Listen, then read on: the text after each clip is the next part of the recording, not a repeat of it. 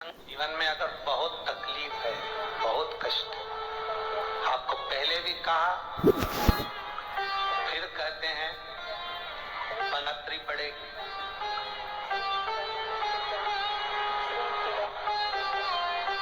जो माघ महीने में शिवरात्रि पड़ती है, उससे भी प्रबल शिवरात्रि। ये शिवरात्रि 19 वर्ष के 2 बार गेप करने के बाद 183 वर्ष के बाद आएगा और 183 वर्ष के बाद फिर इसमें की शिवरात्रि प्राप्त होगी। और 183 वर्ष किसने देखे? कौन ने देखे? और निवेदन करूंगा, अगर जिंदगी में थोड़ी सी तकलीफ है, दुख है, कष्ट है, परेशानी है, तो उस शिवरात्रि को हाथ से मत जाने। शिवरात्रि को आपको पहले भी कहा कि क्या क्या वस्तु भगवान शंकर को हम रात्रि के समय पर चढ़ा दें, जिससे हमारा रोग समाप्त हो जाए, हमारी बीमारी समाप्त हो जाए, हमारे जीवन में सुख समृद्धि लक्ष्मी आ जाए। वो समर्पण का भाव। कलश को रखो जिसमें 5 कमलगट्टे और 5 बेलपत्र रखिए। श्री शिवाय नमस्तुभ्यम। शिव महापुराण का मूल मंत्र, जैसे भागवत का मूल मंत्र है ओम नमो भगवते वासुदेवाय। शिव महापुराण का मूल मंत्र है श्री शिवाय नमस्तुभ्यम। इस मंत्र का 5 बार स्मरण कर कर आपको जो तकलीफ है उसको हृदय चित्त से धरकर मस्तक से कलश को लगाकर किसी एकांतेश्वर महादेव पर, एकांतेश्वर महादेव मतलब अपने गांव से, नगर से, शहर से जो बाहर खेड़े में हो, बिल्कुल बाहर,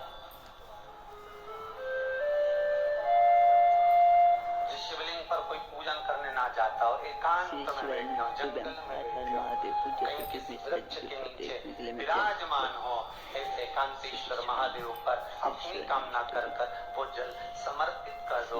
एक बेलपत्र, एक कमलगट्टा उठाकर अपने घर पर लेकर आ जाओ। जो तकलीफ बहुत ज्यादा हो रही है, 5 दिन में आपको मालूम पड़ जाएगा, 5 दिन में अंतर आ जाएगा। शिव का अनुमोदन करो, शंकर का स्मरण करो। महाराज, ये अश्विन का जो अधिक मास है 183 वर्ष के बाद वापिस आएगा। योग, ये योग पहले मिल जाता 19 वर्ष में, पर अब मिलेगा 183 वर्ष।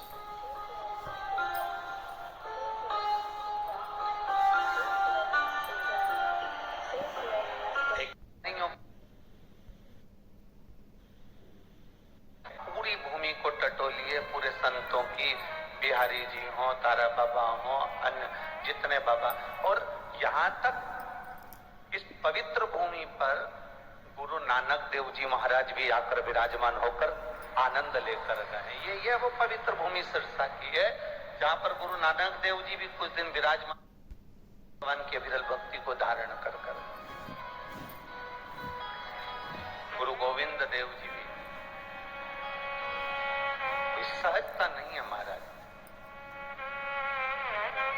जो पहचान गया वो पहचान गया, जो ना पहचाना उसके हाथ से हीरा छूट गया। आप ये विचार ना करें कि 1 नंबर में बैठे, कि 2 नंबर में बैठे, कि 3 नंबर में बैठे। तुम इतना अंदाजा जरूर लगाकर बैठना कि अभी तक आप कथा के पंडाल में बैठते थे, अभी तक आप अपने घर में बैठते थे। ये पहली कथा है जो संत के घर के अंदर बैठकर कथा सुनो, संत की कुटिया, ये कुटिया के अंदर बैठकर कथा सुनो। अब यहाँ हम मानते हैं, उसमें उन्होंने पत्र में लिखा कि हमारा वाला पंडाल पूरा भर चुका है, लोग बाहर खड़े हुए हैं। हम मानते हैं जितने पंडाल यहाँ गोपाल भैया और गोविंद भैया, आपने अंदाजा लगाया होगा कि एक पंडाल भराएगा, दूसरा भराएगा, तीसरा भराएगा, पर आप एक बार बाहर राउंड लगा कर आना, जितने पंडाल लगे हैं वो पंडाल तो फुल हो चुके हैं। लोग तारा बाबा के रोड पर बैठकर कथा श्रवण कर रहे हैं। पूरे आश्रम की कुटिया की रोडे भरी हुई हैं, इतना। और आज कौरव है आपको कुटिया के अंदर बैठ, वहां बैठकर कथा का रस तत्व ग्रहण कर, और खाली ना जाता कोई दर से तुम्हारे, खाली ना जाता कोई दर से तुम्हारे, मैं भी खड़ा हूँ नन्हे पाँव पसारे, अपने हृदय से लगा लो, गिरा जा रहा हूँ, उठा लो, भोले अपने डर से अब तो न टालो, गिरी जा रही हूँ, उठा लो। भगवान शिव की अविरल भक्ति, भगवान शंकर का संवाद, भगवान शंकर का स्मरण, भगवान शिव की अविरल भक्ति को प्राप्त करने का ये मौका मिला है। फागुन का महीना प्रारंभ हुआ है। फागुन के प्रथम महीने के प्रथम दिवस में आप और हम ये कथा सुनने के लिए बैठे हैं। गुरु के रंग में, बाबा के रंग में, मेरे कुबेर भंडारी के रंग में, मेरे तारकेश्वर महादेव के रंग में, ऐसे रंग जाओ साथ में, ऐसे कोई सुध ना रहे, कोई सुध। श्री प्रतीक मिश्र की कथा सुनने के लिए मेरे चैनल को लाइक कमेंट और शेयर जरूर करें। श्री शिवाय नमस्ते। शिव को, संत को, भगवंत को और भगवान शंकर के उपासक को पहचानना दुनिया का सबसे कठिन काम है। शिव को पहचानना कठिन है, संत को पहचानना कठिन है, भगवंत को पहचानना कठिन है, और शंकर के भक्त को पहचानना कठिन। दुनिया का सबसे कठिन काम है इनको जानना।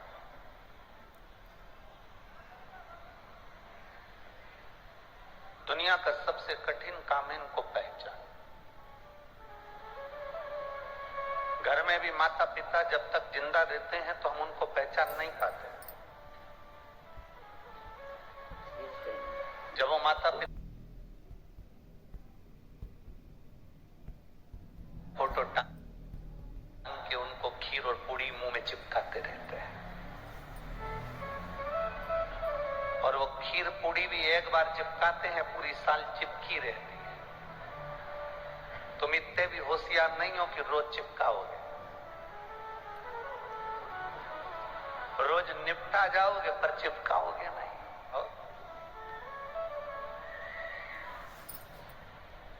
बहुत कठिन। जिंदा है जब तक हमने उनका स्मरण किया ना किया, उनको पूछा ना पूछा, मरने के बाद जरूर हम किसी न किसी पंडित जी से पूछ लेते हैं कि मेरे को बहुत सपने में मेरे दादाजी दिख रहे हैं, मेरे पिताजी दिख रहे हैं, क्या करें।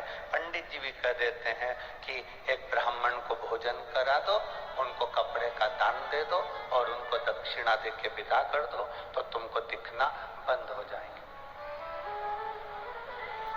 हमारा निवेदन केवल इस शिव महापुराण की कथा से इतना सा रहता है कि मरने के बाद आप किसी को भोजन कराएं, वो एक अलग विषय हो जाता है। मरने के बाद आप किसी को सम्मान दें, वो एक अलग विषय हो जाता है।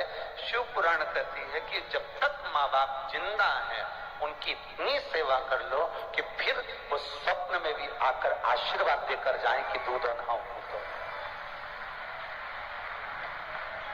जिंदा है तो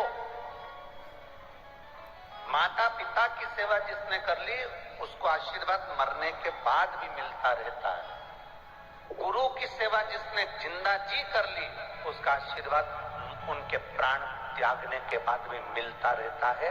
ये गोविंद जी कांडा और गोपाल जी कांडा को देखकर सीख लेना। गुरु जिंदा है, गुरु जीवित है, गुरु हैं, गुरु की श्वास चल रही है। उन्होंने कह दिया ये काम करना है, कर लिया। उन्होंने कह दिया यहाँ झाड़ू लगा लो, लगा लिया। यहाँ डब्बा उठा दो, उठा दो।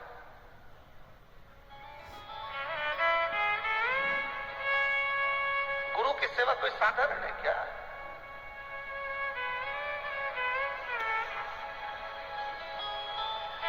विश्व थिएटर जी के यहाँ पर संत नामदेव जी गुरु दीक्षा लेने गए। उन्होंने अपने शिष्य को बुलाकर कर ले जूता उठा तो जरा, और जितने गुरु मंत्र लेने आए सबको देख धड़ धड़ धड़ धड़ दे एक जूता खींच के।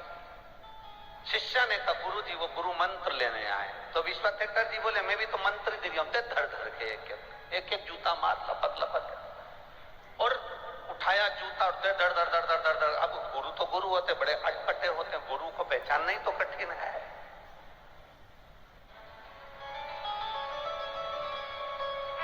जिसने जिंदगी में गुरु को पहचान लिया उसकी जिंदगी तो ऐसे ही सार्थक हो गई।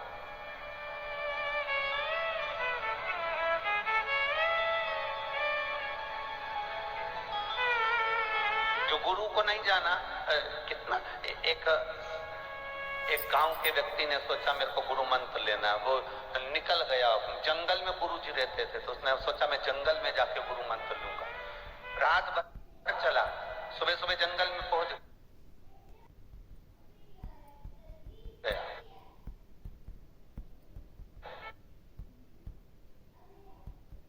सुबह सुबह जब वो जंगल में पहुंचा तो वहां उसको गुरुजी की कुटिया नहीं मिली। अब गुरुजी की कुटिया नहीं मिली तो वहां पर सुबह कोई बैठा हुआ था सोच कर्म करने के लिए, डब्बा लेके लोटा लेके बैठा था।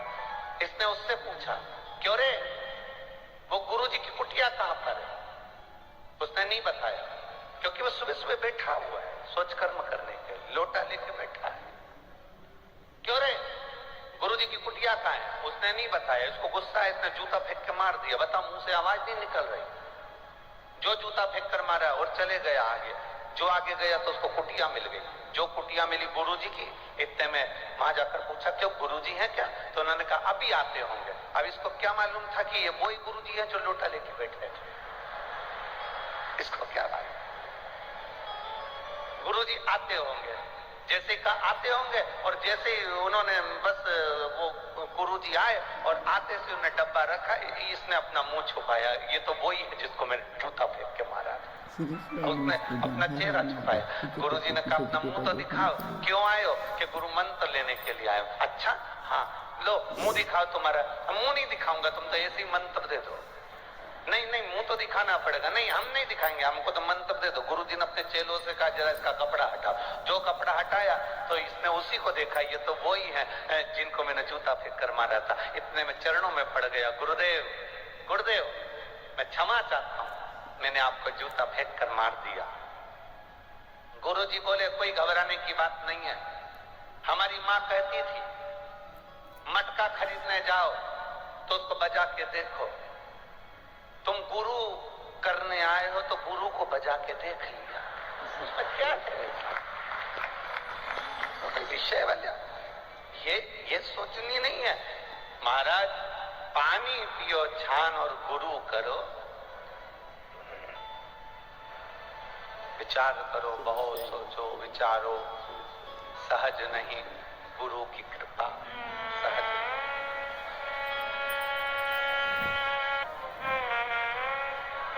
जितने विश्वास से, जितने भरोसे से, जितनी दृढ़ता से आप देवाधिदेव महादेव का स्मरण करते हो, भगवान शंकर की विरल भक्ति को धारण करते हो, मेरा देवाधिदेव महादेव उतनी कृपा आप पर जरूर करता है। और एक बात अपने भीतर उतार कर रखना, अभी तक जो कथा हो रही थी वो पंडाल में हो रही थी और आप पंडाल से अपने घर जा रहे हैं। पहली कथा है जो तारा बाबा की कुटिया में अर्थात संत के घर में हो रही है। तो अब की बार विदाई भी जरा जोरदार होगी, तुम चिंता ना करो।